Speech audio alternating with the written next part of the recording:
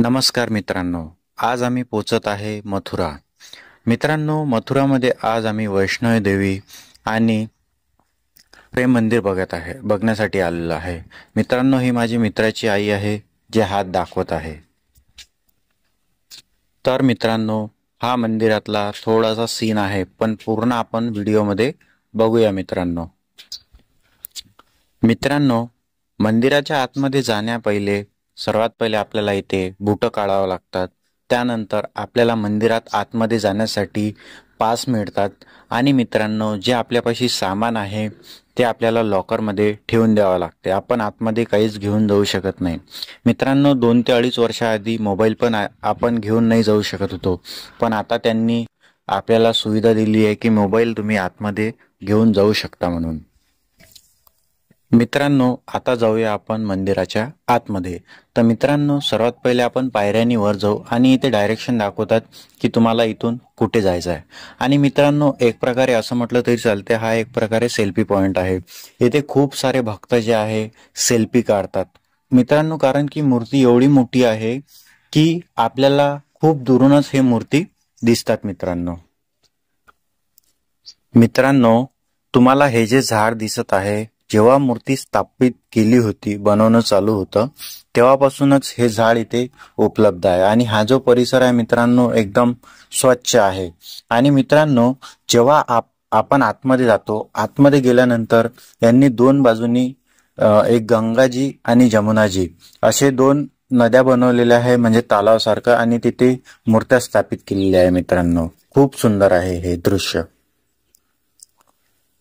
आणि मित्रांनो, मंदिरात जाण्याआधी आपण हे बघू की मंदिराचे जे स्ट्रक्चर आहे, जे मूर्ती आहे, ते कशी बनवलेली आहे फोटोद्वारे.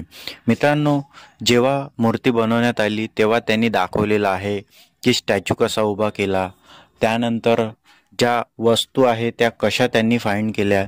आणि मित्रांनो, जे हे भव्य दिव्य मूर्ती आहे त्याला कोणत्या पद्धतीने उभी केले, भुयार कसे केले तयार, हे सर्व या फोटोद्वारे आपण इथे बघू शकतो. मित्रांनो, स्टॅच्यूद्वारे फोटोमध्ये बघू शकतो आपण. मित्रांनो, यांनी सर्वात आधी बेस बनवला असेल. बेसमध्ये गुफा आहे, खूप साऱ्या 2 ते 3 जागी गुफा निघतात. तो गुफा बनवल्यानंतर त्यांनी जे मूर्ती आहे त्याची स्थापना केली असेल. मित्रांनो, कारण की एवढं मोठं जे मूर्ती आहे वैष्णोदेवीची, तर त्याला बनवण्यासाठी बेस खूप जोरदार बनवावा लागतो. मित्रांनो, तर या फोटोद्वारे आपण बघू शकता.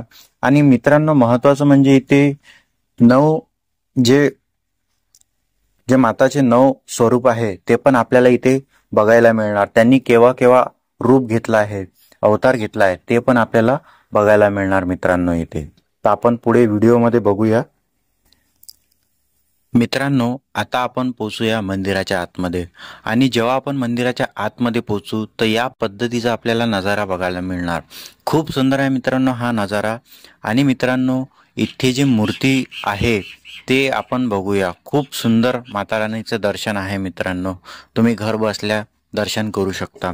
आणि मित्रांनो, जेव्हा दर्शन घेतल्यानंतर आपण परिक्रमा करतो, तर मित्रांनो, या परिक्रमामध्ये आपल्याला सर्व देवी देवताचे दर्शन होऊन जाईल. मित्रांनो, असं दुर्लभ अदृश्य आपल्याला एका जागी कुठेच बघायला मिळणार नाही. मित्रांनो, तर आपण इथे दर्शन करून घेऊया आधी परिक्रमेद्वारे, त्यानंतर आपण करूया देवीचं दर्शन. तर मित्रांनो, सर्वात आधी जे आहे दर्शन करून घ्या तुम्ही.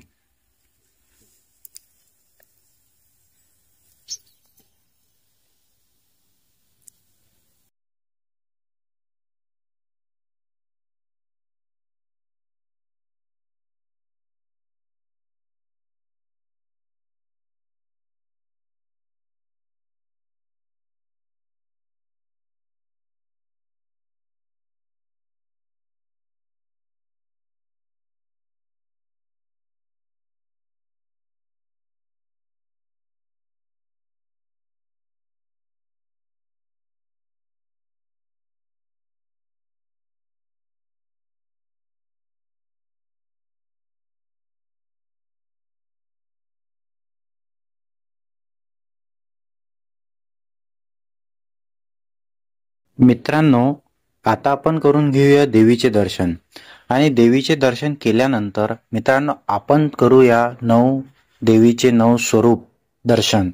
तर मित्रांनो आता आपण जाऊया गुफेच्या आतमध्ये. तिथे मित्रांनो 9 जे रूप आहे देवीचे ते आपल्याला बघायला मिळणार आणि केव्हा आणि कसे ते प्रगट झाल्या, त्यांनी ते रूप घेतलं ते आता आपण बघूया.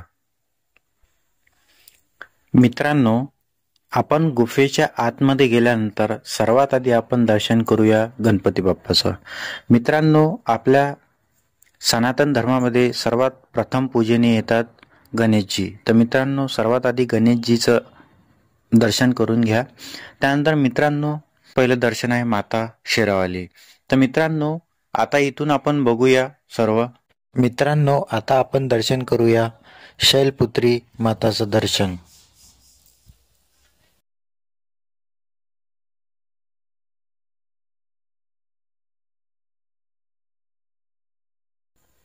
मित्रांनो आता आपण दर्शन करूया ब्रह्मचारिणी. तर मित्रांनो यांचं तुम्ही बघू शकता की कसं प्रकट झाल्या म्हणून त्या. त्यानंतर मित्रांनो आता आपण बघूया चंद्रघंटा माताचं दर्शन. त्यांची जी उत्पत्ती आहे कशी झाली. त्यानंतर मित्रांनो आपण बघूया माता कुष्मांडाचं जे रूप आहे ते कोणत्या पद्धतीने प्रकट झालं म्हणून.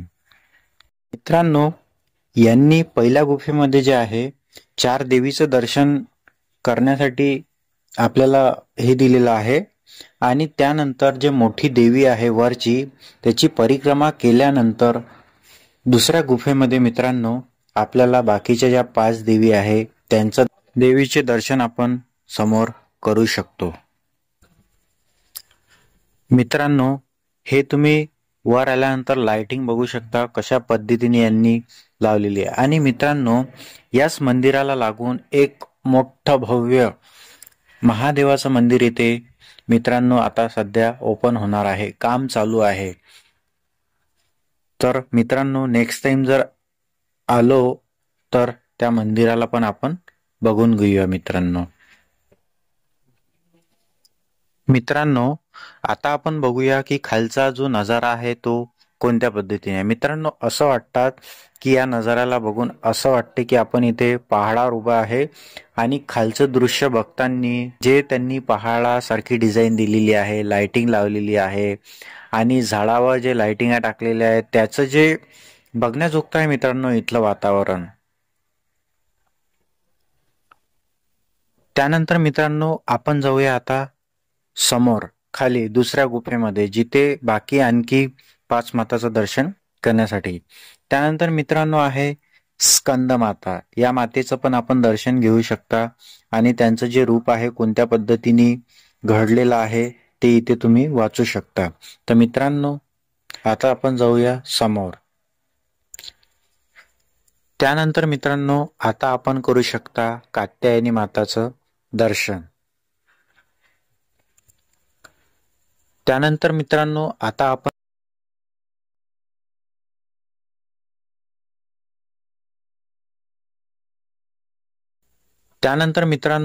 आपण दर्शन करूया काल रात्री माताचं दर्शन. त्यानंतर मित्रांनो आता आपण दर्शन करूया महागौरी माता राणीचं. त्यानंतर मित्रांनो आता आपण करूया सिद्धी गायत्री माताचं दर्शन.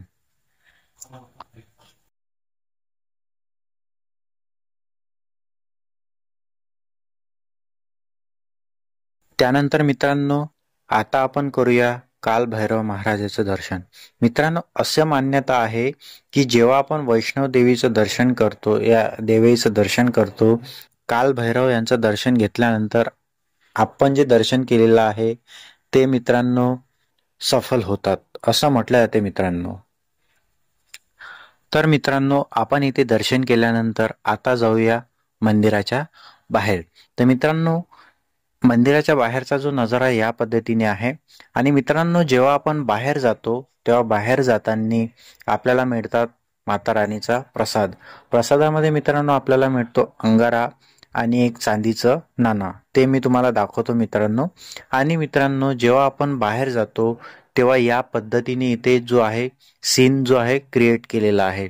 तर मित्रांनो आता आम्ही काढलेले आहे काही फोटो, ते पण तुम्ही बघू शकता. सर्वात आधी आम्ही एक सेल्फी काढला. त्यानंतर हा माता राणी सोबत, त्यानंतर झरण्यासोबत गंगा जमुना यांचा मूर्ती आहे. त्यानंतर हनुमानजी आहे, माताचं दर्शन तुम्ही करू शकता. हे बघू शकता गंगाजी. तर मित्रांनो इथपर्यंत आजचा ब्लॉग होता. जर तुम्हाला व्हिडिओ आवडला तर लाईक करा, चॅनलला सबस्क्राईब करा, बेल नोटिफिकेशन जरूर दाबा मित्रांनो. आणि जर मित्रांनो शक्य झालं तर प्रेम मंदिराचा पण मी व्हिडिओ दाखवणार तुम्हाला. तर मित्रांनो चॅनलला सबस्क्राईब नक्की करा, व्हिडिओला लाईक करा. आणि मित्रांनो खूप सारे ब्लॉग या चॅनलवर टाकलेले आहे, तर तुम्ही ते पण मित्रांनो इथे बघू शकता. व्हिडिओ बघितल्याबद्दल धन्यवाद मित्रांनो.